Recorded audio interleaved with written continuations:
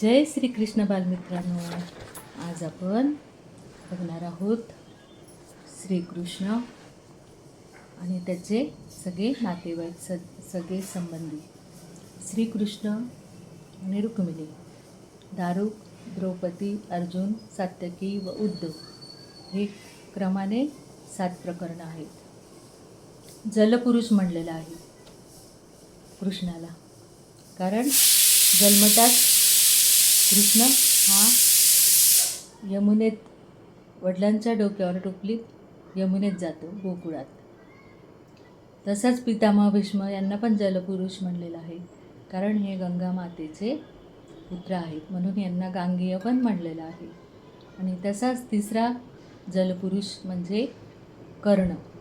हा कर्ण पण जन्म झाल्याच अश्वनदीतून चर्मावतीतून गंगा खूप दूर प्रयागपर्यंतच्या पुढे गेलेला आहे, म्हणून यालाही जलपुरुष असं म्हटलेलं आहे. तसंच कृष्णाला आणि अर्जुनाला नीलवर्णी म्हटलेलं आहे. कृष्णाला सख्खे अनेक आहेत आणि गुरु 2 आहेत, भगिनी 3 आहेत आणि 2 माता आणि 2 पिता आहेत.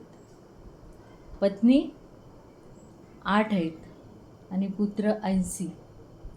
तसेच कन्याही 4 आहे, पण सख्या कन्या 2 आहेत. सख्या 2 आहेत, राधा आणि द्रौपदी. राधाचा अर्थ आहे रा म्हणजे हा जोड शब्द आहे. रा म्हणजे लाभो, मिळो, आणि तसंच 10 म्हणजे मोक्ष म्हणजे जीवनमुक्ती. बहिणी कृष्णाला 2 आहेत, एक सुभद्रा आणि दुसरी मानस भगिनी म्हणजे द्रौपदी.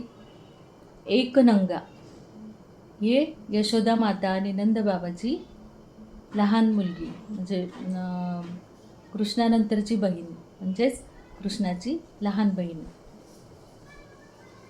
तसंच 2 गुरु आहेत, एक कश्यप आणि सांदीपनी हे कुलोत्पन्न गुरु.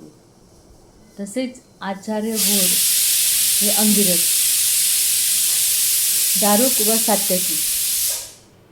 सात्यकी शेवटपर्यंत गरुड ध्वज चालवत होता.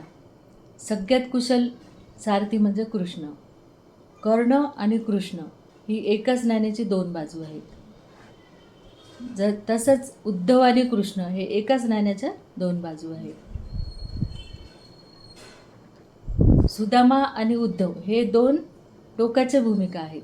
गोकुळातील गोपी व कामरूपातील श्रीकृष्णाने विमुक्त केलेल्या, पुन्हा पुनर्वसित केलेल्या 16 सहस्र नारी. ते आपल्याला माहितीच आहे, नरकासुराच्या याच्यात बंदिवास्त असता आणि जेव्हा मग त्या सोडवता, म्हणून मग त्या म्हणतात की आता आम्ही कुठे जाणार कृष्णा, तेव्हा मग हा म्हणतो की आजपासून तुम्ही माझ्या स्त्री आहे. अशा ह्या 16 सहस्र नारी.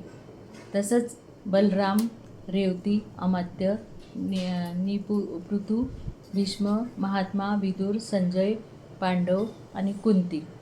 पांचालाकडील दृष्टिद्युम्न, यादव, कौरव, विराट, मत्स्य, मद्र अशा सहस्रावधी स्त्री पुरुषांनी केंद्रस्थानी मानलेले. वासुदेव म्हणजे श्रीकृष्ण, योगेश्वर असा हा योगेश्वर. कर्मण्येवाधिकारस्ते मा फलेषु कदाचन मा कर्मफल हेतुर्मा ते संगस्त कर्मणि असा हा श्रीकृष्ण.